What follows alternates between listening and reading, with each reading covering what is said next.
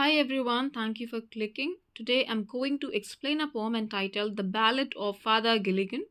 और इस पोम को मैं एक्सप्लेन करने जा रही हूँ प्रकाश राज के कहने पर। अगर आपको भी कोई पोम एक्सप्लेनेशन या इंग्लिश लिटरेचर का चैप्टर एक्सप्लेनेशन या फिर इंग्लिश ग्रामर का कोई टॉपिक अनक्लियर है, कमेंट बॉक्स में लिख के मुझे ज़रूर बताइए।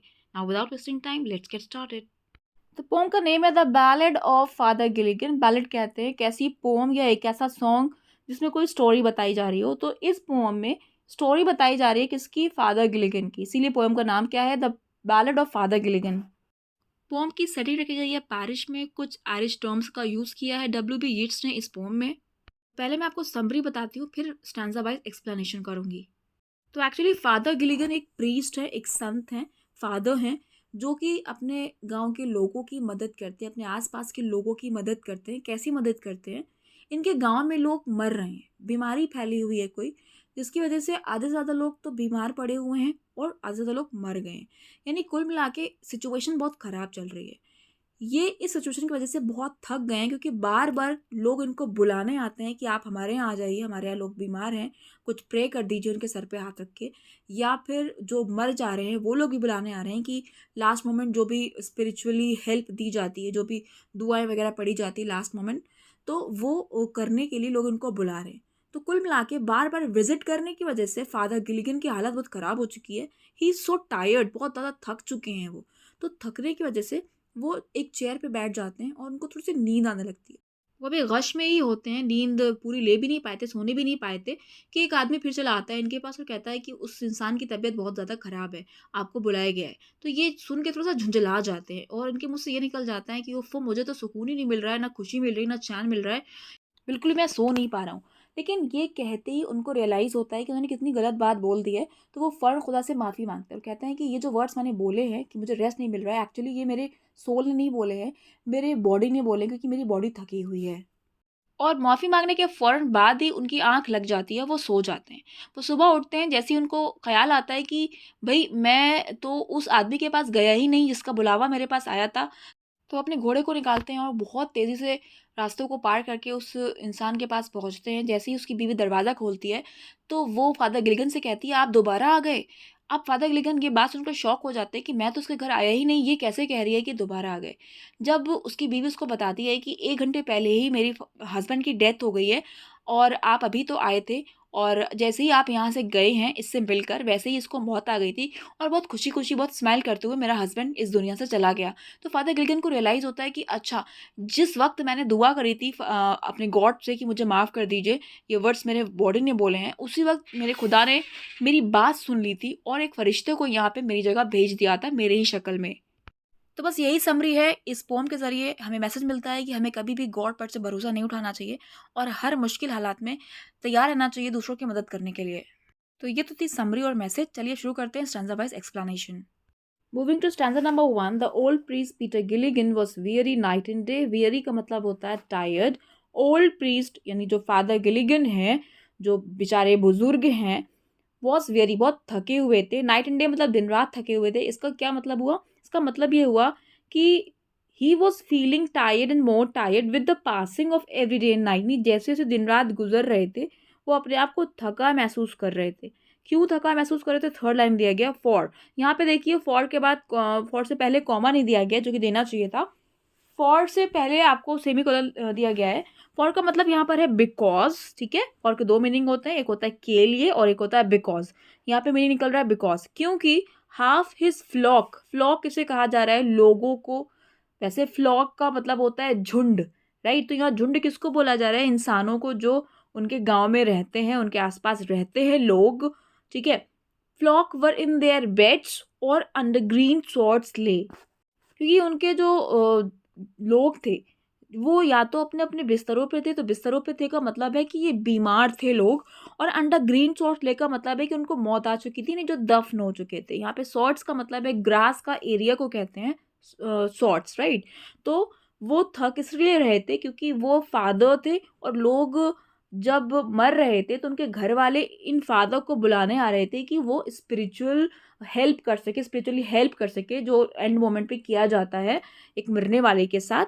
तो बार बार लोग फादर को बुलाने आ रहे थे, इस वजह से वो क्या हो जा रहे थे? थक रहे थे बहुत, right? He was very tired that time.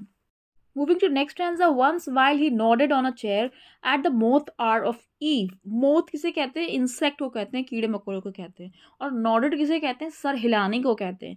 तो एक दिन जब वो, he refers to Father Gilligan, जब वो चेयर पे बैठ के क्या कर रहे थे? नॉड, यानी अपने सर हिला रहे थे. सर हिलाने का मतलब यहाँ पर ये है कि बहुत थके हुए थे बेचारे, कुर्सी पे बैठ के वो ऊँग रहे थे, उन्हें नींद आ रही थी यार, ठीक है, वो सोना चाह रहे थे.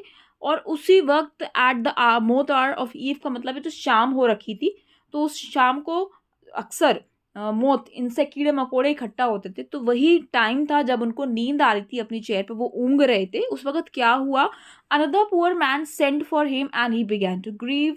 लास्ट में जो ही आया है वो आपका रेफर कर रहा है फादर गिलिगन को. तो जो पुअर मैन था वो आया एक बुलावा लेकर कि आपको किसी ने बुलाया है, यानी फिर से किसी इंसान की डेथ होने वाली है या कोई बहुत बीमार पड़ गया है, कुछ संदेशा लेके इनके पास आया है. तो and he began to grieve, ये सुनकर उनको बड़ा दुख हो जाता है. वो दुख क्यों हो जाता है? नेक्स्ट स्टैंजा में दिया गया है. ग्रीव का मतलब होता है टू बिकम सैड, वो दुखी हो जाते हैं उसकी बात सुनकर.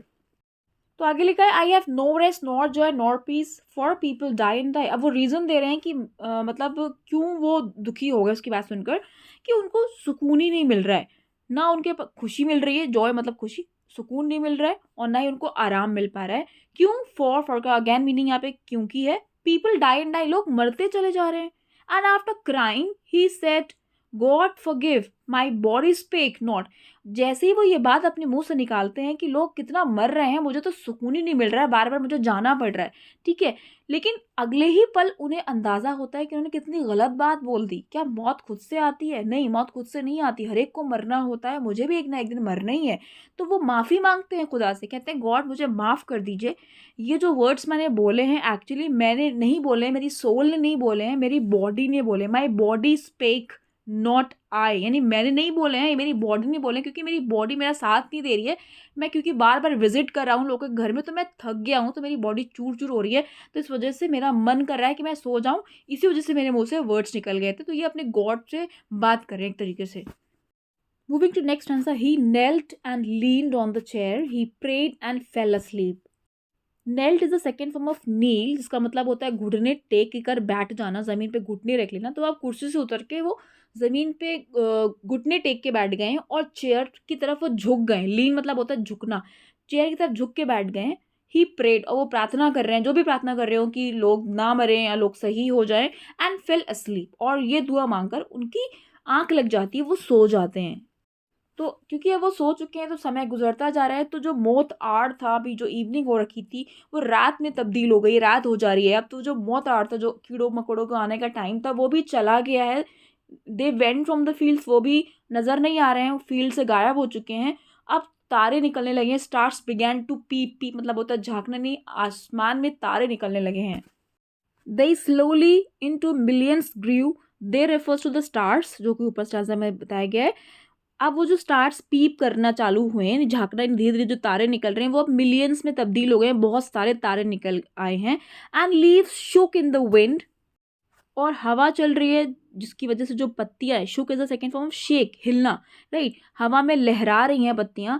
और गॉड ने पूरी दुनिया के लिए शेड कर दिया है, यानी shade refers to the darkness, रात हो रखी है तो जो शेड कर रखा है गॉड ने.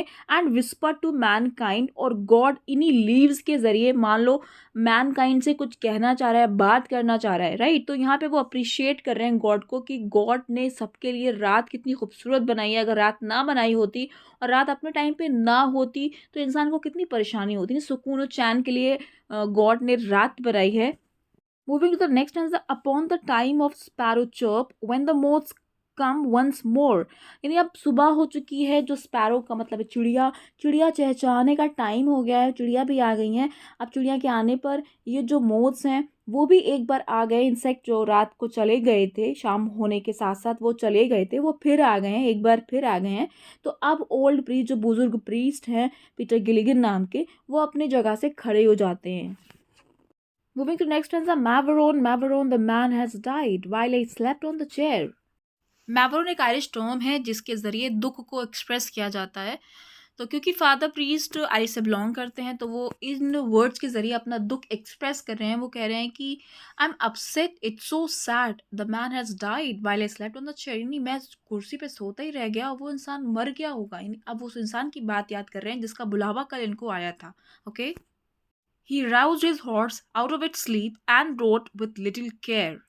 राउज कहते हैं जगाने को, तो ही राउज हिज हॉर्स क्योंकि अभी अभी वो उठे हैं सो के, सुबह अभी अभी हुई है, तो उनका घोड़ा भी सो ही रहा होगा, तो वो अपने घोड़े को जगाते हैं, राइट, नींद से जगाते हैं, out of sleep it's refer to horse, तो हॉर्स को उसकी नींद से जगाते हैं। And rode with little care, बहुत रेकलेसली, रेकलेसली कहते हैं बहुत ही लापरवाही से, बहुत कम ध्यान से वो उस घोड़े को चलाने लगते हैं, राइड करने लगते हैं।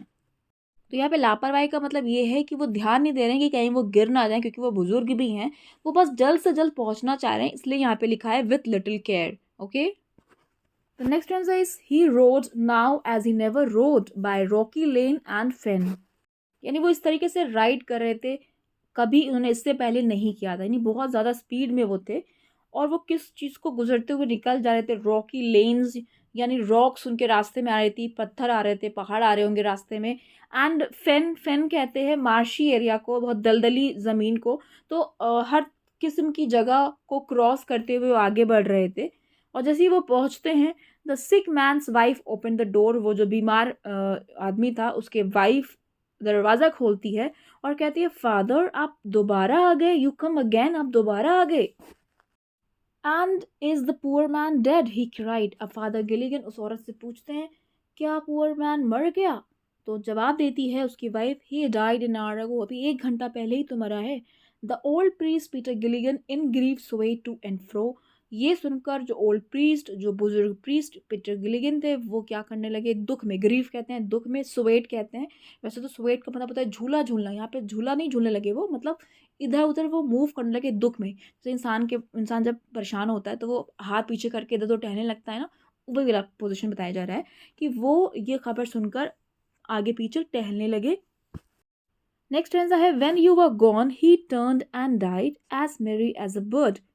तो उस डेड मैन की जो वाइफ है वो पीटर गिलिगन से बता रही है कि जब आप यहाँ से गए थे, व्हेन यू वर गॉन मतलब when you left this place, जब आप यहाँ से निकले थे, तो उसने उस तरफ मुंह किया अपना, turn, he turn and died, और वो मर गया। और किस तरीके से मरा उसके आगे दिया गया एज मेरी, मेरी कहते हैं हैप्पी को, इतना खुश होके मरा जैसे कि एक बर्ड चहचहा के खुश होती है, उसका दम ऐसे ही निकला था, यानी वो बहुत खुशी में मरा था, बहुत ही उसका जो आखिरी लम्हात थे वो बहुत खुशी में स्पेंड हुए थे।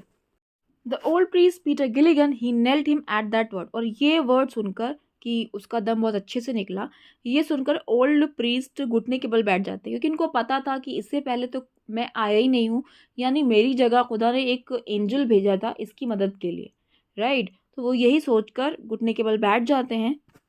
वो पीटर गिलिगन बोलते हैं कि he refers to God here, वो, हु हैथ, हैथ मतलब होता है हैज़, जिसने बनाया है क्या, द नाइट ऑफ स्टार्स, रात बनाई है सितारों से भरी हुई। रात किसने बनाई है, खुदा ने बनाई है। तो उस खुदा की बात करें कि वो खुदा, वो भगवान, वो अल्लाह जिसने रात बनाई है फॉर सोल्स, यहाँ पे फॉर का मतलब है के लिए, सोल्स मतलब बंदों के लिए, अपने बंदों के लिए, हु टायर एंड ब्लीड, यहाँ पे सोल का मतलब आत्मा नहीं है, पूरे इंसान की बात हो रही है, बंदों के लिए जो रात बनाई है, वो बंदे जो टायर मतलब थकते हैं एंड ब्लीड, और जिनको मौत आ जाती है, अपने बंदों के लिए वो रात बनाई है, उसी ने sent one of his great angels down, एक एंजल को ज़मीन पर उतारा, यानी मदद करने के लिए एक एंजल को भेजा, to help me in my need, मेरी ज़रूरत में मेरी मदद करने के लिए। यानी जिस वक्त पीटर गिलिगन ने ये बोला था ना, गॉड फॉरगिव मी, ये वर्ड जो मैंने बोले वो मेरे नहीं थे, मेरी बॉडी के थे, मुझे आप माफ़ कर दीजिएगा, तो उसी वक्त गॉड ने उनकी आवाज़ सुन ली और मदद के लिए एक एंजल भेज दिया। अंडरस्टैंडिंग। नेक्स्ट आंसर में भी फादर गिलिगन गॉड को रेफर कर रहे हैं, he who is wrapped in purple ropes, तो वो इमेजिन कर रहे हैं कि जो गॉड है वो पर्पल रोब्स में है, with planets in his care, और सारे प्लैनेट्स उसके ही केयर में है, वही डोमिनेंट है सारे प्लैनेट्स के ऊपर, वही सारे प्लैनेट्स को चला रहा है।